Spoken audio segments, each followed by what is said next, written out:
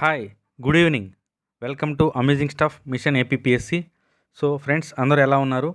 So అందరూ బాగున్నారు అనుకుంటున్నాము. సో ఈరోజు వచ్చేసి మన వీడియో వచ్చేసి ఎకానమీకి కొనసాగింపుగా ఏడో క్లాస్లో అడుగుపెట్టాము. సో మనము ఆల్రెడీ ఎకానమీకి సంబంధించి ఏపీ ఎకానమీకి సంబంధించి మొదటి 5 క్లాసులో జనవరి నుంచి కరెంట్ అప్డేట్స్ ఎకానమీ రిలేటెడ్గా ఉన్నట్టు అన్నీ కూడా మనం ఇవ్వడం జరిగింది. సో ఇప్పుడు తర్వాత వచ్చేసి లాస్ట్ క్లాస్ నుంచి ఎకానమీ సర్వేకి సంబంధించి కంప్లీట్ డీకోడిఫికేషన్, అంటే సర్వేలో టిప్ టు టేల్, అంటే ప్రతి పాయింట్ని కూలంకషంగా హైలైట్ చేసి ఏది బిట్టు రూపంలో వచ్చేదానికి అవకాశంగా ఉందో వాటిని హైలైట్ చేసి ఇస్తున్నాము. సో ఆ హైలైట్లు ఉండేటివి మాత్రం ఖచ్చితంగా ప్రిపేర్ అవ్వండి. సో కొంతమంది ఇటీవల కాల్స్ చేసి ఎకానమీ ఇది గ్రూప్ 2కి సెట్ అవుతుందా అది అని అడిగారు. ఎకానమీ అనేది దేనికైనా సెట్ అవుతుందండి. Not only group 2, group 3, group 4, group 1 అయినా సరే ఈ రిలేటెడ్ కరెంట్ ఉండేవి ఏవైతున్నాయో అవి ఖచ్చితంగా మీకు అవసరము. మనం ఏంటంటే టైం ఉంది కాబట్టి ఎలాబరేటెడ్గా చెప్పుకుంటూ వస్తున్నాము, ఎటువంటి ఇబ్బంది లేకుండా. సో ఇప్పుడు వచ్చేసి అడవులు, పరిశ్రమలు, రవాణా, ఇండస్ట్రియల్ కారిడార్స్ వాటి గురించి మనం డిస్కస్ చేసుకుంటాము. దీని తర్వాత మనకి ఇంకొక 2 క్లాసెస్లో ఈ మెయిన్ ఎకానమీ ఏదైతే ఆబ్జెక్టివ్ ఉంటుందో అదంతా కూడా కంప్లీట్ చేసుకుంటాము. కాన్సెప్ట్ తర్వాతకి వెళ్తుంది కాబట్టి. సో బిఫోర్ క్లాస్లోకి వెళ్ళే ముందు మీ అందరికీ తెలిసిందే, మనం రీసెంట్గా అమ్యూజింగ్ స్టఫ్ ఆన్లైన్ స్టడీ సర్కిల్ని స్టార్ట్ చేయడం జరిగింది. సో రీసెంట్గా APPSC junior assistant cum computer assistant ఫోర్స్కి సంబంధించి ఈ మంత్లోనే నోటిఫికేషన్ వస్తుందన్నారు. మేబీ రోస్టర్ పాయింట్స్ వల్ల కొంత డిలే అవుతుంది అన్న వార్త అయితే వస్తుంది. సో ఏ రోజుకైనా నోటిఫికేషన్ వస్తుంది, ఎందుకంటే ఫైనాన్షియల్ సెక్రటరీ క్లియర్గా ఇచ్చున్నారు. ఏపీపీఎస్సీ సెక్రటరీ కూడా we are ready to give announcement అని చెప్పేశారు. అంతా కూడా క్లారిఫైడ్గా ఉంది. ఇంకా కొరవల్ల ఒకటే మనం ప్రిపేర్ అవ్వడము. సో అందులో భాగంగా ఇంత పెద్ద జాబ్ ఏదైతే ఉందో, మండల్ లెవెల్ పోస్ట్ అయినటువంటి అధిక ప్రమోషన్స్కి ఆస్కారం ఉన్నటువంటి, ఒకసారి కానీ కొట్టామంటే రెవెన్యూ డిపార్ట్మెంట్ రిటైర్డ్ అయ్యే టయానికి ఎంఆర్ఓ క్యాడర్లో రిటైర్డ్ అవుతారు చాలామంది కూడా. సో అలాంటి పోస్టుకి పేపర్ 2లో ఇంగ్లీష్ ఏదైతే ఉందో 75 మార్క్స్ వెయిటేజీ కలిగింది. సో దానికి మనం ఒక కోర్స్ ఇవ్వడం జరుగుతుంది. కంప్లీట్ ఇంగ్లీష్కి సంబంధించి 75కి కనీసము 60 నుంచి 65 మార్కులు వచ్చేలాగా మనం ప్లాన్ చేసుకొని ఉన్నాము. డైలీ వీడియోస్తో పాటు మనము పీడిఎఫ్లు మెటీరియల్స్ ఇవ్వడము, యూనిట్ వైజ్గా టెస్టులు పెట్టడము, అడిషనల్ ప్రాక్టీస్ క్వశ్చన్స్ ఇవ్వడము, దాంతో పాటుగా యూనిట్ వైజ్ టెస్ట్ సిరీస్ని కండక్ట్ చేసి లైవ్ సెషన్లో వాళ్ళకి స్ట్రెంగ్త్ ఎన్హాన్సింగ్ ఇంటరాక్షన్ సెషన్ని కండక్ట్ చేయడము, దాంతో పాటుగా ఒక గ్రాండ్ టెస్ట్లు కండక్ట్ చేయడము, మోర్ ప్రాక్టీస్ని కల్పించడము, దీని తర్వాత 1-to-1 ఎవాల్యుయేషన్ చేసుకొని వాళ్ళు ఏ ఏరియాలో వీక్ ఉన్నారో స్వాట్ అనాలిసిస్ చేయడము, దాంతో పాటుగా మెయిన్లీ ఎగ్జామ్ని డిసైడ్ చేసే factor any kind of exam, అది economy, Indian economy, AP economy and schemes and budget and survey, దీనికి సంబంధించి జనవరి నుంచి కరెంట్ అప్డేట్స్ అయితే ఉన్నాయో అవన్నీ కూడా మనం ఇస్తూ వస్తున్నాము. సో ఆల్రెడీ ఏపీకి సంబంధించి జనవరిది స్టార్ట్ చేసుకున్నాము. రేపో ఎల్లుండి ఇండియన్కి సంబంధించి మనం స్టార్ట్ చేస్తాము. సో దీనికి సంబంధించిన కూడా గ్రూప్ 2 లెవెల్కి తగ్గకుండా, అంటే గ్రూప్ 1 లెవెల్లోనే మన కాన్సెప్చువల్ లెవెల్ తీసుకొని వస్తున్నాము. ఆ రేంజ్ క్వశ్చన్స్ ఇవ్వడము, తర్వాత ఇదే విధంగా ఇంగ్లీష్కి అయితే ఏ విధంగా అయితే మనం ప్యాటర్న్ ఇచ్చున్నామో ఎకానమీకి కూడా అదే వర్తిస్తుంది. ఎందుకంటే ఎకానమీ అనేది డైనమిక్, ఈరోజు ఒకటి ఇంకోటి ఉంటుంది. సో కంప్లీట్ ఫాలోఅప్ చేసుకుంటూ ఉంటే తప్ప దాంట్లో మనకి కుదరదు. సో డైలీ ఫాలోఅప్ ఉండాలి, కాన్సెప్చువల్ ఉండాలి. దాంతోపాటుగా మనము అక్కడక్కడ కొంచెం టెర్మినాలజీకి సంబంధించినవి కూడా స్టాటిక్ కూడా ఇవ్వడం జరుగుతుంది. సో దీనంతటిని బేస్ చేసుకుని ఖచ్చితంగా ఇంట్రెస్ట్ ఉన్న వాళ్ళందరూ కూడా కింది ఫోన్ నంబర్స్ని సంప్రదించాలని చెప్పి మేము అడుగుతున్నాము. కొంతమంది నిన్న కాల్ చేసి, సార్ మాకు ఇంగ్లీష్ వద్దు, కేవలం ఎకానమీ కావాలన్నారు. ఎస్, కంప్లీట్ సపరేట్ ఎకానమీకి కూడా మనము కోచింగ్ అనేది ప్రొవైడ్ చేయడం జరుగుతుంది. దానికి సంబంధించినటువంటి ప్యాటర్ను అండ్ ఫీ స్ట్రక్చర్ సంబంధించి క్రింది నంబర్స్ని మీరు కాల్ చేసి కనుక్కోవచ్చు. సో ఫైనల్గా నేను చెప్పేది ఏంటంటే, ఇప్పటి నుంచి మీరు చూస్తూ వస్తున్నారు ఎప్పటి నుంచో ఏపీకి సంబంధించినవి కావచ్చు, బిఎస్ఎల్ హనుమంతరావు గారి డీకోడిఫికేషను, ఏపీ ఎకానమీకి సంబంధించిన క్లాసెస్, ఇదే విధంగా మనం మిగతా క్లాసెస్ కానీ సిలబస్ కానీ ఇవ్వడం జరుగుతుంది. సో మీరందరూ కూడా కింది నంబర్స్ని కాంటాక్ట్ అయ్యి జాయిన్ అవ్వండి. గొప్ప విషయం ఏంటంటే, మేము స్టార్ట్ చేసి అనౌన్స్ చేశాక మాకు కాల్స్ రావడం స్టార్ట్ చేసింది. సో ఈ రోజున మేము 12వ కాల్ని రిసీవ్ చేసుకోవడం జరిగింది. మేము హ్యాపీగా అనౌన్స్ చేస్తున్నాం, 12 మంది జాయిన్ అయ్యారు. బట్ మేము స్టార్టప్ కాబట్టి స్టార్టింగ్ అంత బర్డెన్ తీసుకోదలుచుకోలేదు. అందుకే ఒక 40 మెంబర్స్తో మీ ఈ కోర్స్ని ముందుకు తీసుకెళ్లాలని చెప్పి లిమిటెడ్ సీట్స్ని ఒక 40గా పెట్టుకొని ఉన్నాము. కాబట్టి ఎవరైతే మనల్ని ఫస్ట్ నుంచి చూస్తూ ఫాలో అప్ అవుతున్నారో వాళ్ళు మా మీద ఖచ్చితంగా ట్రస్ట్ పెట్టి జాయిన్ అవ్వచ్చు. మీరు జాయిన్ అయిన దానికి మేము 100% న్యాయం అయితే ఖచ్చితంగా చేస్తామని చెప్పి మేము మరోసారి విన్నవించుకుంటున్నాము. Thank you. సో క్లాస్లోకి వెళ్తే, సో మనకి మొన్న మనం వ్యవసాయం అనే దాన్ని స్టార్ట్ చేసుకోవడం జరిగింది. సో వ్యవసాయానికి సంబంధించి అసలు దిగుబడి ఎంత ఉంది, విస్తీర్ణం ఎంత ఉంది, పంటల యొక్క సాంద్రత ప్రతిదీ కూడా డిస్కస్ చేసాం. దాంట్లో మనకి ఒక 2 టాపిక్స్ పెండింగ్ ఉన్నాయి. అది ఒకటి మెయిన్ అడవులు. అడవులకు సంబంధించి Indian state forest survey report అనేది ఖచ్చితంగా ఒక క్వశ్చన్ అయితే దీని మీద పడి తిరుగుతుంది. అది ఏ విధంగా ఉంటుందంటే, మెయిన్ వచ్చేసి ఆంధ్రప్రదేశ్ మొత్తం అడవి విస్తీర్ణము ఎంత అని చెప్పి అడగొచ్చు. 22.94. అలా కాకుండా చదరపు కిలోమీటర్లు వచ్చినప్పుడు 37,392 అనేది మీరు గుర్తుపెట్టుకోవాలి. నేను ఎక్కడైతే టిక్కు కొడతానో అదొక బిట్ అనేది గుర్తుపెట్టుకోండి. కలర్లో ఉన్నది బిట్టే, నేను టిక్కు కొట్టేది బిట్టే. దాని తర్వాత దట్టమైన సాంద్రత అడవులు అనేది చాలా చాలా చాలా చాలా ఇంపార్టెంట్. ఎందుకంటే గ్రీనరీకి సంబంధించి దీని గురించి అడుగుతారు ఎన్విరాన్మెంటల్ పాయింట్ ఆఫ్ వ్యూలో మనకి. సో 1994.22 చదరపు కిలోమీటర్లు. జస్ట్ ఫిగర్ అలా గుర్తుపెట్టుకొని ఉండండి. దీని తర్వాత వచ్చేసి మనకి స్వల్ప అడవులు కావచ్చు, దీని తర్వాత ఓపెన్ ఫారెస్ట్, పొదలు, అడవులు ఇవన్నీ ఉన్నాయి. అయితే ఇక్కడ మనకి ప్రభుత్వము నూతన కమ్యూనిటీకి సంబంధించి ఒక పర్యావరణ పర్యాటక కేంద్రాలని ఏర్పాటు చేయడం జరుగుతుంది. అంటే దీంట్లో వచ్చేసి ప్రభుత్వం ఏం చేస్తుందంటే గిరిజనులను భాగస్వామ్యులను చేసుకుని ఎకో టూరిజంని డెవలప్ చేస్తుంది. ఎకో టూరిజం సెంటర్స్ని డెవలప్ చేస్తుంది. తద్వారా దీంట్లో భాగస్వాములైనటువంటి గిరిజనులు ఆర్థిక స్థితి కూడా మెరుగుపడేందుకు అవకాశం అనేది ఉంటుందన్నమాట. సో ఆ రకంగా ఎకో టూరిజంని మన వాళ్ళు ఎంకరేజ్ చేస్తున్నారు. దాని తర్వాత ఆంధ్రప్రదేశ్ జీవ వైవిధ్యం చాలా చాలా ఇంపార్టెంట్.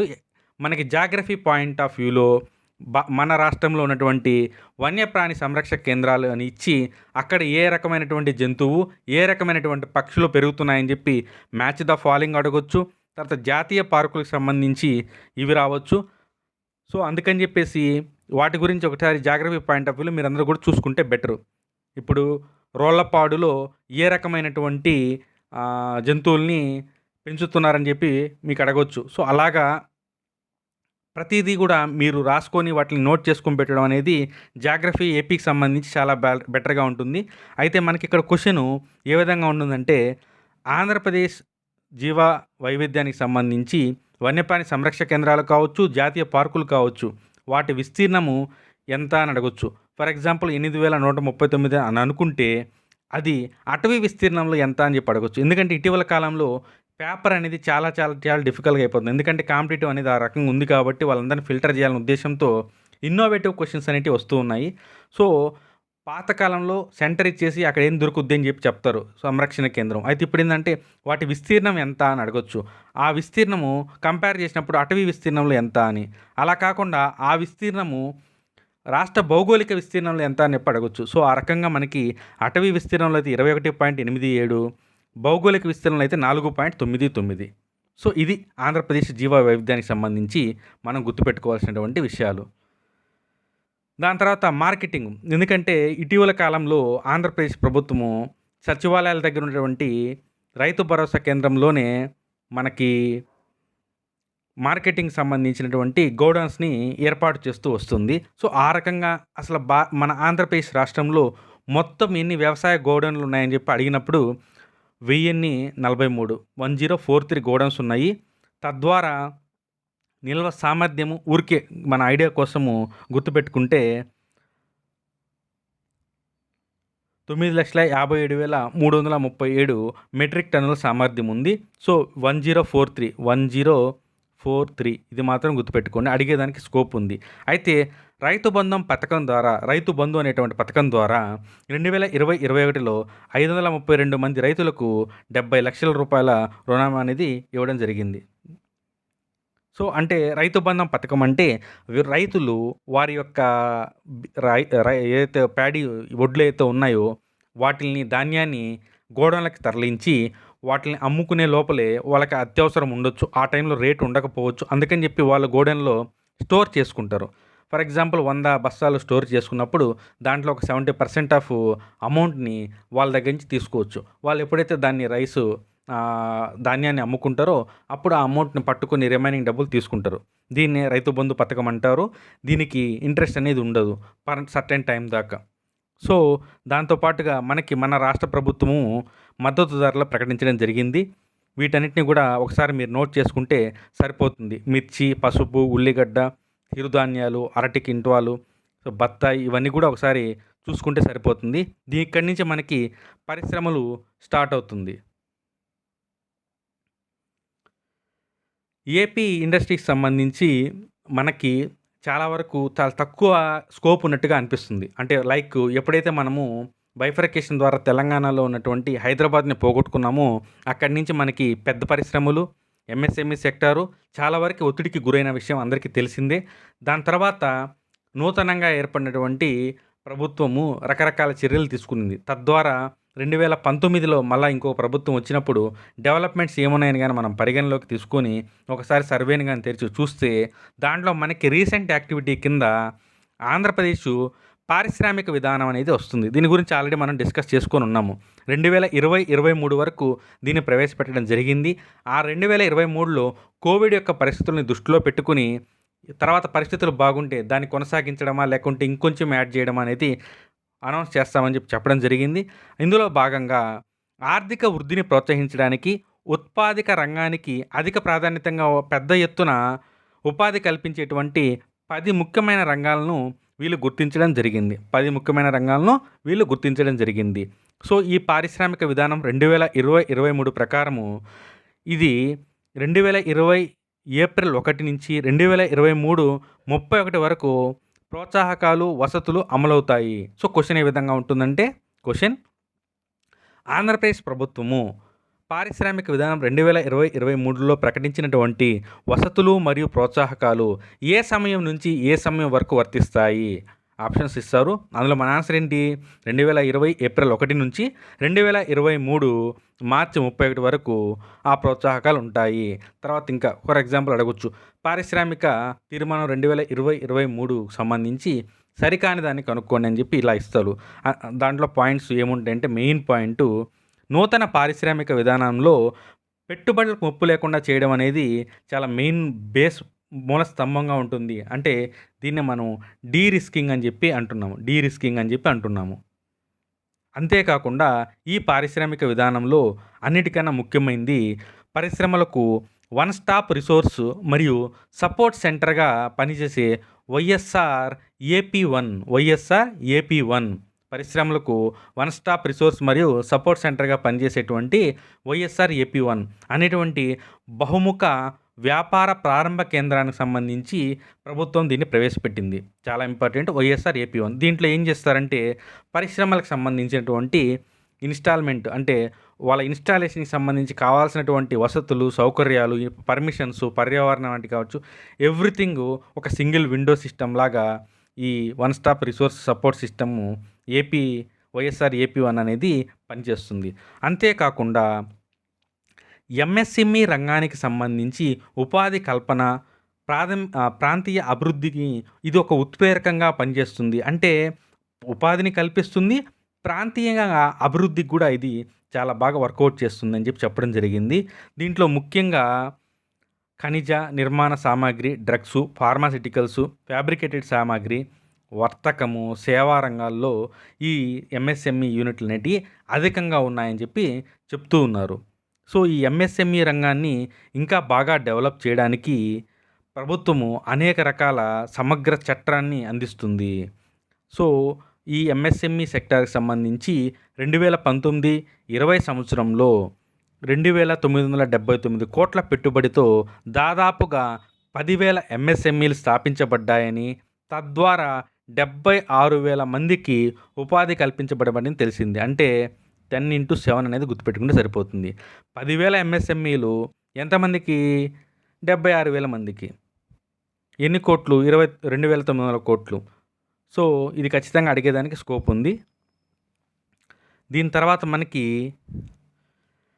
ఎంఎస్ఎంఈ సెక్టార్ యొక్క వృద్ధికి సహకరించడము మరియు ప్రోత్సహించడం కోసము డాక్టర్ వైఎస్ఆర్ నవోదయం అనేటువంటి ఒక బృహత్తర కార్యక్రమం కింద ఎంఎస్ఎంఈ పథకాలకు రుణాలను అందించేందుకు వాటికి సహకరించేందుకు ప్రభుత్వం నిర్ణయించింది.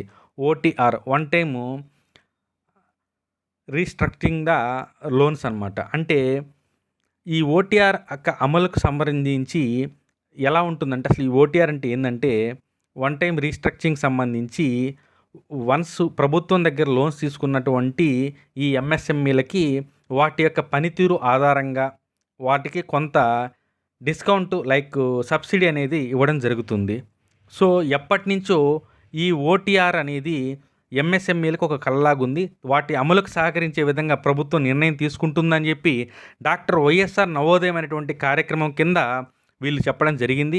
అంతేకాకుండా ప్రత్యేక పారిశ్రామిక విధానము 2023లో భాగంగా ప్రభుత్వము వైఎస్ఆర్ జగనన్న బడుగు వికాసం అనేటువంటి పథకాన్ని పెట్టడం జరిగింది. అంటే ఈ పథకంలో ఎస్సీ ఎస్టీ వర్గాలకు చెందినటువంటి పారిశ్రామికవేత్తలకు ప్రయోజనం కల్పించేలాగా అనేక రకాల ప్రకటనలను ప్రోత్సాహకాలను ప్రకటించింది. దీనికి సంబంధించి మనము క్లాస్ నెంబర్ 4లో డీప్గా డిస్కస్ చేసుకున్నాం. 3 or 4లో బాగా డీప్గా డిస్కస్ చేసుకున్నాం.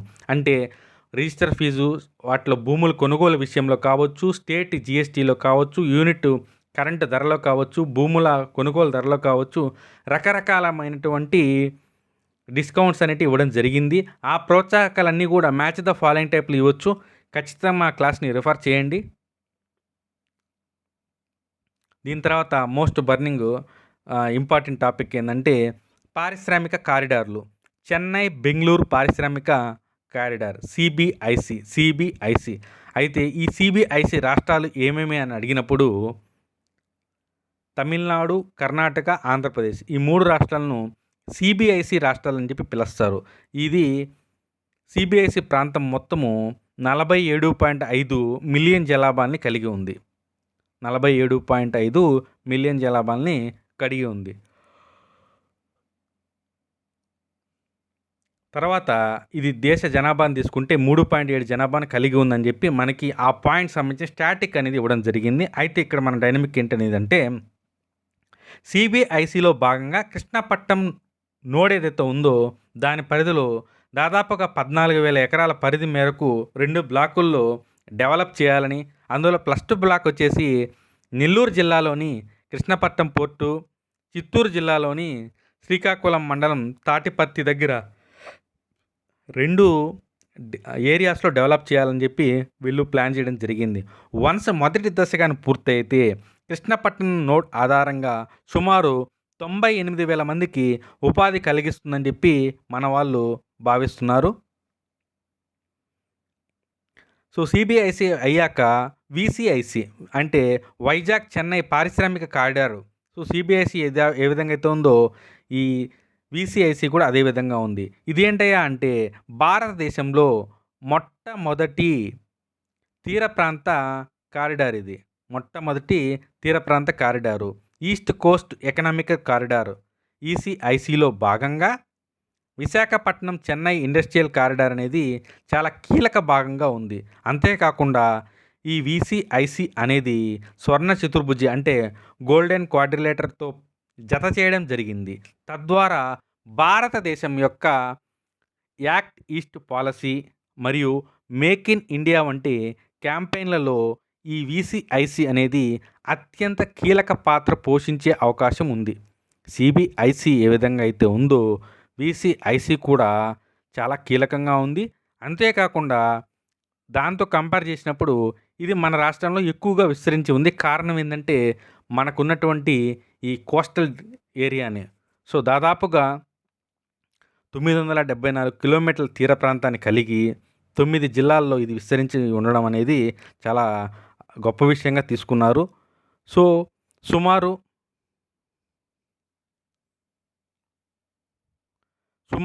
800 కిలోమీటర్ల కారిడారు భారతదేశాన్ని ప్రపంచ ఉత్పాదక ఆర్థిక వ్యవస్థకు మూలాధారమైనటువంటి ఆగ్నేసియా దేశాల అసోసియేషన్ మరియు తూర్పు ఆసియా ఆర్థిక వ్యవస్థలతో కలుపుతుంది. ఫర్ ఎగ్జాంపుల్ విసిఐసి యొక్క కారిడార్ యొక్క ప్రాధాన్యతకు సంబంధించి క్రింది వానిలో సరికానిది అన్నప్పుడు ఈ పాయింట్ అడిగేదానికి అవకాశం ఉంది. ఎందుకంటే సుమారు 800 కిలోమీటర్ల కారిడార్ అంటున్నారు. అలాగే ఆగ్నేషియా అంటే ఏషియానికి అండ్ తూర్పు ఏషియాకి సంబంధించిన ఆర్థిక వ్యవస్థతో ఇది కలుపుతుంది అని చెప్తున్నారు. అంతేకాకుండా 9 జిల్లాల గుండా వెళ్తుంది. మరియు పారిశ్రామిక వృద్ధిని పెంచడంతో పాటు అధిక నాణ్యత కలిగినటువంటి ఉద్యోగాలను కల్పించడానికి ఈ చేస్తున్న అన్ని ప్రయత్నాల్ని కూడా ఈ వీసీఐసీ అనేది చేకూరుస్తుందనేది మన వాళ్ళు భావిస్తున్నటువంటి ముఖ్యమైన అంశము. దీంతో పాటుగా మనకి ఈ సిబిఐసి అండ్ వీసీఐసీతో పాటుగా కేంద్ర ప్రభుత్వం ఇటీవల 3వ ఇండస్ట్రియల్ కారిడార్కి కూడా మనకు అవకాశం కల్పించింది. అదేంటంటే హైదరాబాద్ బెంగళూరు పారిశ్రామిక కారిడారు. సో అదేంటంటే మన స్టేట్ మీద నుంచి కూడా వెళ్తుంది కాబట్టి ఇది కూడా మనకి ప్రాధాన్యమైనటువంటి కారిడార్గా తీసుకుంటున్నాం. అసలు ఏంటి ఇదంతా అని అంటే 2011లో భారత ప్రభుత్వము ఒక విధానాన్ని కలిగింది. అదేంటంటే జాతీయ ఉత్పాదన విధానము. ఈ విధానంలో భాగంగా జీడిపిలో ఈ జాతీయ ఆదాయంలో ఉత్పాదక రంగం వాటాను 25% పెంచాలని, తద్వారా 100 మిలియన్ ఉద్యోగాలను కల్పించాలనేది లక్ష్యం. ఇప్పుడు మనకి 18 ఆ టైం అట్లా ఉంది. ఇప్పుడు కొంచెం తగ్గింది. 25%కి మ్యానుఫ్యాక్చరింగ్ సెక్టర్ వెళ్ళాలనేది 2011లో పెట్టాము. ఇప్పటికి 21కి వచ్చున్నాము. అంటే అటు ఇటుగా 10 ఇయర్స్ అయింది. స్టిల్ మనం దాన్ని రీచ్ కాలేకపోతున్నాము.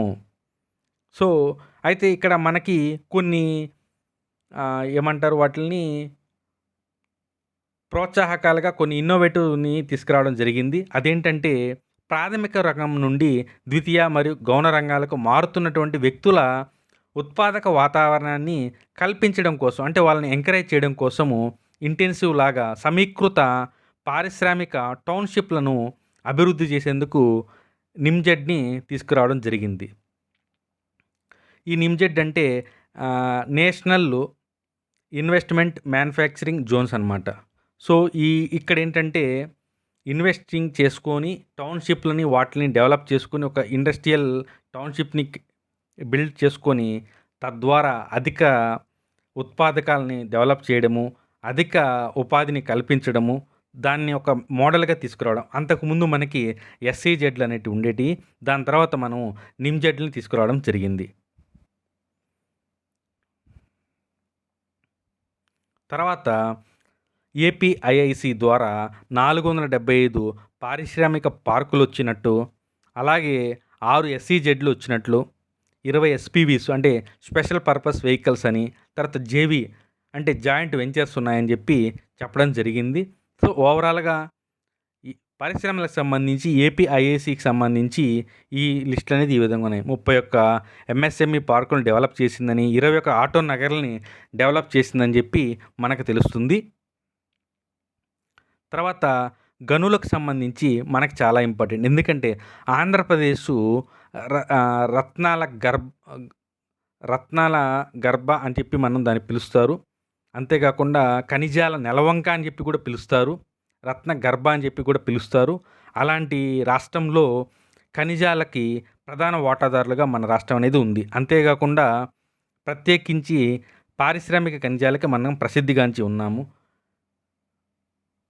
తర్వాత మైనింగ్ రంగానికి సంబంధించి రాష్ట్ర ప్రభుత్వము ఒక సమగ్రమైనటువంటి విధానాన్ని రూపొందించింది. ఎప్పుడంటే 2019-20లో రాష్ట్ర ఖనిజ విధానాన్ని రూపొందించింది. అలాగే 2020-21 నవంబర్ వరకు 1095 కోట్ల ఆదాయాన్ని ఇది సమకూర్చినట్లుగా తెలుస్తుంది. అంటే తగ్గింది. 19-20లో మైనింగ్ ద్వారా 2000 కోట్లు వస్తే 2021లో దాదాపు 1000 కోట్లు మాత్రమే వచ్చింది. తర్వాత ముఖ్యమైనటువంటి విషయము, ఎందుకంటే వాణిజ్యానికి సంబంధించి ఎగుమతులు అనేటివి చాలా చాలా ఇంపార్టెంట్. కానీ కోవిడ్ మహమ్మారి దాటికి రాష్ట్రం నుండి ఎగుమతులకు కొంత తాకిడి అనేది తగ్గిందనేది సర్వే పేర్కొంటుంది. క్రితం సంవత్సరపు త్రైమాసికాలతో పోల్చినప్పుడు ఎగుమతులు సానుకూల ధోరణిని చూపుతున్నాయి. అంటే 2020లో మొదటి త్రైమాసికంలో 27,442 కోట్ల ఎగుమతులు జరిగినట్టు తెలుస్తుంది. అది 2019 త్రైమాసికంతో పోల్చినప్పుడు 5% పెరిగినట్టు తెలుస్తుంది. అదే రెండవ త్రైమాసికం చూస్తే 32% పెరిగి 30,000 కోట్లకు పెరిగినట్లుగా తెలుస్తుంది. సో ఎగుమతులు అనేటివి ఈ విధంగా ఉన్నాయి. అయితే ఎగుమతులకు సంబంధించి జిల్లా పారిశ్రామిక మరియు ఎగుమతి ప్రోత్సాహక కమిటీలు district industrial and export promotion కమిటీగా పేరు పెట్టబడినటువంటి జిల్లా ఎగుమతి ప్రోత్సాహక కమిటీలను ప్రతి జిల్లాకు ఒకటి ఏర్పాటు చేసే విధంగా జరిగింది. అంటే దీని ద్వారా ప్రతి జిల్లాలో కూడా ఎగుమతులను ప్రోత్సహించేందుకు వివిధ రకాల ప్రోత్సాహకాలను విధానాలను అవలంబిస్తూ ఒక్కొక్క జిల్లాలో ఒక్కొక్క స్పెషాలిటీ ఉంటుంది. మొన్న కూడా మనము దీని గురించి కూడా డిస్కస్ చేయడం జరిగింది. ఈ జిల్లాలో దీన్ని స్పెషల్గా పెట్టుకోవడం జరిగింది.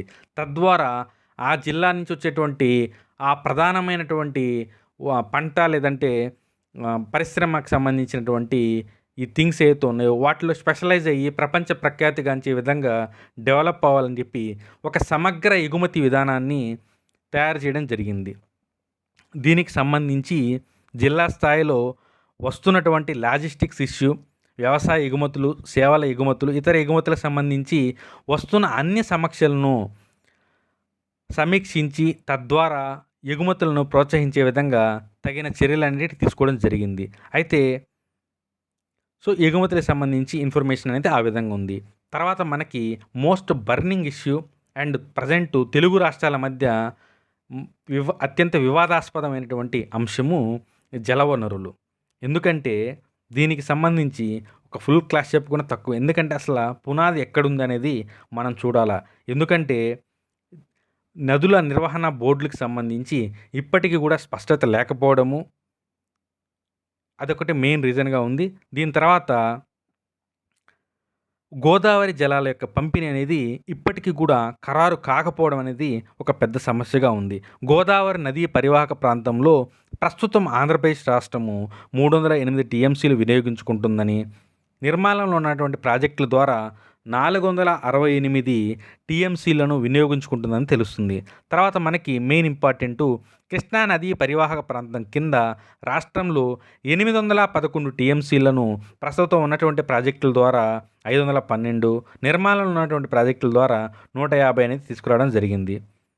సో ఓవరాల్గా 2020 నవంబర్ నాటికి కృష్ణా, గోదావరి, పెన్నా నదుల ఆనకట్టలు, నాగార్జున సాగరు, తెలుగుగంగ, సోమశిల, ఎస్ఆర్బీసీ, వంశధార వంటి ప్రాజెక్టులు, మధ్య తరహా, చిన్న తరహా లేదంటే భారీ స్థాయి నీటిపారుదల ఎవ్రీథింగ్ మనకున్నటువంటి వాటర్ రిసోర్సెస్ ద్వారా మనము 105.77 లక్షల ఎకరాలకు సాగునీటి వినియోగ సామర్థ్యాన్ని సృష్టించడం జరిగింది. కన్ఫామ్ బిట్ ఇది. అడిగితే మన వ్యవసాయానికి సంబంధించిన దాంట్లో వీళ్ళు కానీ అడిగితే ఎక్కువగా ఇలాంటి పాయింట్సే అడగడానికి ఎక్కువ ఆస్కారం ఉంది. ఎందుకంటే ఎన్ని ఎకరాల సాగునీటి వినియోగ సామర్థ్యాన్ని సృష్టించారన్నప్పుడు చాలా మంచి క్వశ్చన్గా దీన్ని తీసుకుంటుంది ప్రభుత్వం కూడా. ఎందుకంటే ఎలివేషన్ కోసం అన్నట్టు. జలయజ్ఞం కార్యక్రమం కింద చేపట్టినటువంటి సాగునీటి ప్రాజెక్టులు చాలా వరకు పురోగతిలో ఉన్నాయని చెప్పి మనకు చెప్తున్నారు. ఓవరాల్గా జలయజ్ఞానికి సంబంధించి కానీ మనం సిచ్యువేషన్ కానీ చూస్తే 54 ప్రాజెక్టులను జలయజ్ఞంలో తీసుకోవడం జరిగింది. ఆల్రెడీ 14 ప్రాజెక్టులు పూర్తయిపోయాయి, 2 మొదటి దశ పూర్తయిందన్నారు. ఓవరాల్గా ఈ 40 జలయజ్ఞ ప్రాజెక్టులు కానీ పూర్తయితే 50 లక్షల ఎకరాల ఆయకట్టు అనేది స్థిరీకరించబడుతుందని, 27.62 లక్షల ఎకరాలకు కొత్తగా సాగునీటి సామర్థ్యం అనేది కల్పించబడుతుందనేది మనకు తెలుస్తుంది.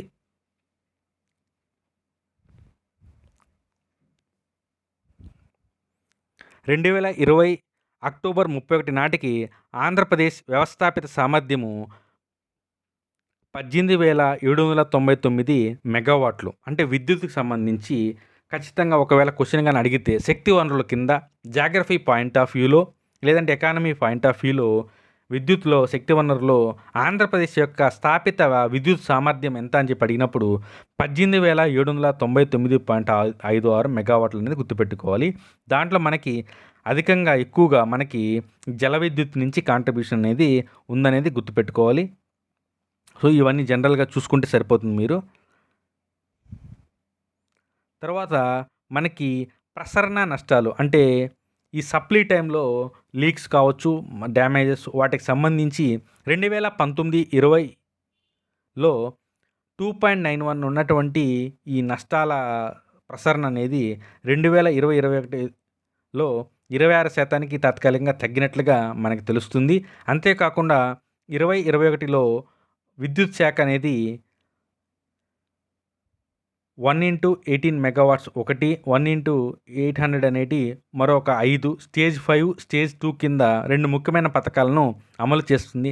దానికి ముఖ్య కారణం ఏందంటే ఆంధ్రప్రదేశ్ రాష్ట్రంలో ఉచిత విద్యుత్ అనేది ఉంది. 9 గంటల ఉచిత వ్యవసాయ విద్యుత్ సరఫరా అమలు కోసము రాష్ట్ర ప్రభుత్వము 1600 మెగావాట్లను ఉత్పత్తి చేసే విధంగా ప్లాంట్లను స్టార్ట్ చేయడానికి జరుగుతుంది. అలాగే వ్యవసాయంలో విద్యుత్కు సంబంధించి మనకి 2020-21లో ఎస్సీ, ఎస్టీ కాలనీలకు సంబంధించి అంటే నెలకి 200 యూనిట్ల చొప్పున గృహ వినియోగదారులకు ఉచిత విద్యుత్ సరఫరా చేయడం అనేది జరుగుతుంది. దీనికోసం దాదాపు 1700 కోట్ల సబ్సిడీ ఇవ్వడం జరుగుతుంది. ఎస్సీ, ఎస్టీ కుటుంబాలు 200 యూనిట్ల లోపల వాళ్ళకి కాల్చితే ఎవరికి ఫ్రీ అనేది వస్తుంది. తర్వాత ఆంధ్రప్రదేశ్ ప్రభుత్వము 60 వాల్టుల సామర్థ్యం కలిగినటువంటి ఇన్కాండిసెంట్ ల్యాంపుల స్థానంలో ఒక్కొక్క కుటుంబానికి ₹10 విలువ కలిగినటువంటి 7 వాల్ట్ లేదా 9 వాల్ట్ సంబంధించి 2 ఎల్ఈడి బల్బులను పంపిణీ చేయడం జరిగింది. ఇప్పటి వరకు 2.20 కోట్ల ఎల్ఈడి బల్బులను పంపిణీ చేయడం జరిగింది. సో ఒక సర్వే మనకు ఉన్న 3వ సర్వే ప్రకారము ఎల్ఈడి బల్బుల ఆధారంగా సంవత్సరానికి 1700 మిలియన్ యూనిట్ల విద్యుత్ అంటే 1020 కోట్ల ధనం అనేది ఆదా అవుతుంది. 30 లక్షల వీధి లైట్లను మార్చాలని అనుకున్నారు. యాజ్ ఆఫ్ నౌ 23 లక్షల ఎల్ఈడి లైట్లను మార్చడం జరిగింది. సో ఇక్కడ మనకి పవర్ సెక్టార్లో మెయిన్గా ఒక్క ఎల్ఈడి వీటి దీపం ద్వారా 111 యూనిట్ల విద్యుత్ అనేది ఆదా అవుతుందనేసి మనకి ఇక్కడ తెలుపుతున్నారు. అంతేకాకుండా ఆంధ్రప్రదేశ్లో పునరుద్ధరణ ఇంధన వనరుల వ్యవస్థాపక సామర్థ్యము 8633